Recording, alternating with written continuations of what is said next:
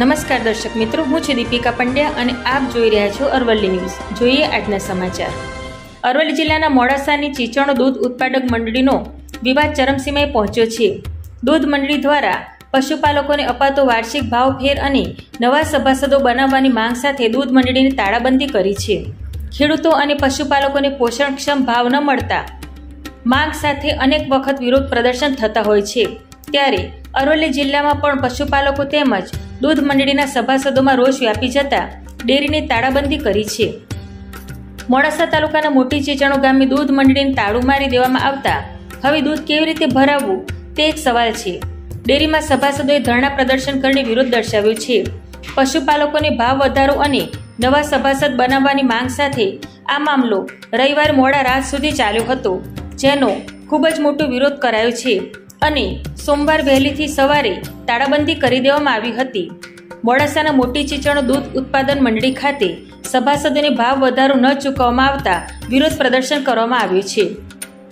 આ સાથે જ આક્ષેપો કરવામાં આવી રહ્યા છે કે કેટલાક સભાસદોએ મંડળીમાંથી લોન લીધી હતી, જે ભરપાઈ કરવામાં આવી નથી, તો બીજી તરફ જ્યાં સુધી ભાવ વધારો કરવામાં ન આવે ત્યાં સુધી દૂધ નહીં ભરવાનો સભાસદોએ નિર્ણય કર્યો છે। ત્યારે પશુપાલકોની સમસ્યાનો ઉકેલ ન આવતા રોષે ભરાયેલા સભાસદોએ દૂધ મંડળીને તાળું મારી દીધું છે।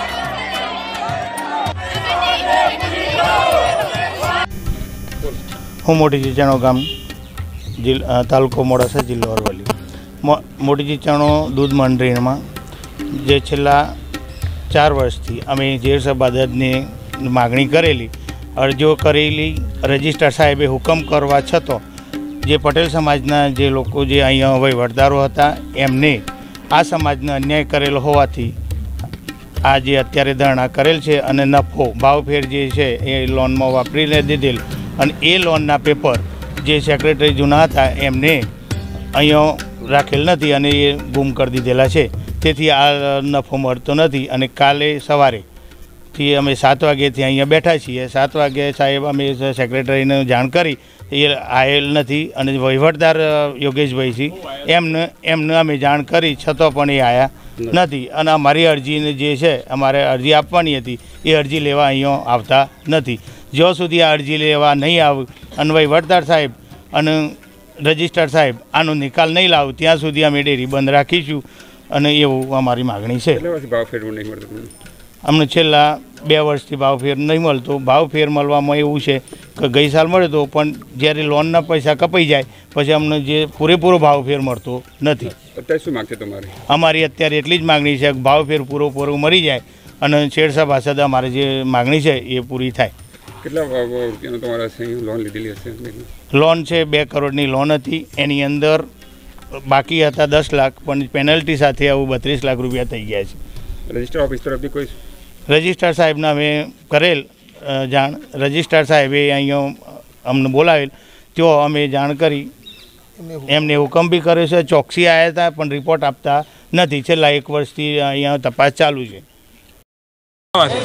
અમારું નામ રમીલાબેન અને અમે દૂધ ભરાવથી અમને 50 વર્ષથી નફો નથી આપતા અને પૂરેપૂરે અમને નફો મળતો જ નથી અને અમારા સપાસર થવું છે એમાં સેક્રેટરી 4 દાનથી અમે તો બેસી રહ્યો છીએ, તારું નથી માર્યું તો સુધી આવતો નથી સાહેબ। અને અમે કેમ કરીને અમારો ઘેર એ તો છોકરાને ટૂંપા દઈ અને અમે સાહેબ હોય દૂધ ભરાયું અને અમે વાત જોઈ છીએ એની ખેતી કરવી સાહેબ, અમારે જેમ કરીને પૂરું કરવું એ સાહેબ અમે શું કરીએ સાહેબ કયો? અને એને લોને ઉપાડી અને એને અમારામાંથી ભરાવશે સાહેબ। બરોબર, બીજું શું માગણી તમારી? શું માગણી તમારી? સભાસદની અમારી માગણી છે સાહેબ, અને અમારો નફો પૂરેપૂર મળવો જોઈએ, અમારો નફો અને અમારા સભાસદ પૂરેપૂર થવો જોઈએ સાહેબ અમારો। મોડાસાની ચીચણ દૂધ ઉત્પાદક મંડળીનો વિવાદ ચરમસીમાએ પહોંચ્યો છે। પશુપાલકોએ ભરાવેલ દૂધના ભાવ વધારા સાબર ડેરીના વહીવટદારનું જણાવવું છે કે દૂધ મંડળી દ્વારા પશુપાલકોને વહેલી તકે ભાવ ફેર ચૂકવવાનો પ્રયાસ કરાશે, તો નવા સભાસદ બનાવવાની અરજી સાધારણ સભામાં વંચાણે લઈ આ અરજીઓ જિલ્લા રજિસ્ટ્રારની કચેરીમાં મંજૂરી લેવાની કાર્યવાહી હાથ ધરી સરકાર અને સાબર ડેરીના મધ્યસ્થી તરીકેના પગલાં ભરવામાં આવશે। ત્યારે પશુપાલકોના નવા સભાસદ બનાવવાની કાર્યવાહી અને ભાવફેર ક્યારે ચૂકવાય તે જોવું રહ્યું. અરવલ્લી ન્યૂઝ સાથે વૈભવ રાઠોડ, મોડાસા. જોતા રહો અરવલ્લી ન્યૂઝ. નમસ્કાર. પટેલ યોગેશભાઈ, સાબર ડેરી વહીવટદાર, મોટી ચીચણનું દૂધ મંડળી. બરાબર. હવે સભાસદોનો પહેલો ભાવ વધારવાનો પ્રશ્ન છે. એના માટે અમે વહેલામાં વહેલી તકે સભાસદોનો ભાવ ફેર ચૂકવવા માટે પ્રયત્ન કરીશું. બીજું, સભાસદોના નવીન સભાસદો બનાવવા માટેની એમને અરજીઓ આપેલી છે અગાઉ. એને અમે સાધારણ સભામાં વંચાણે લેવામાં આવી. એના અનુસંધાને અમે જિલ્લા રજિસ્ટ્રાર સાહેબની મંજૂરી માગવાની કાર્યવાહી કરીશું અને વહેલામાં વહેલી તકે સરકાર અને સાબર ડેરીના મધ્યસ્થી તરીકે જે કંઈક લેવાનું પગલાં લેવામાં આવશે, પગલાં લેશે એનો અમે અમલવારી કરવામાં કરશું.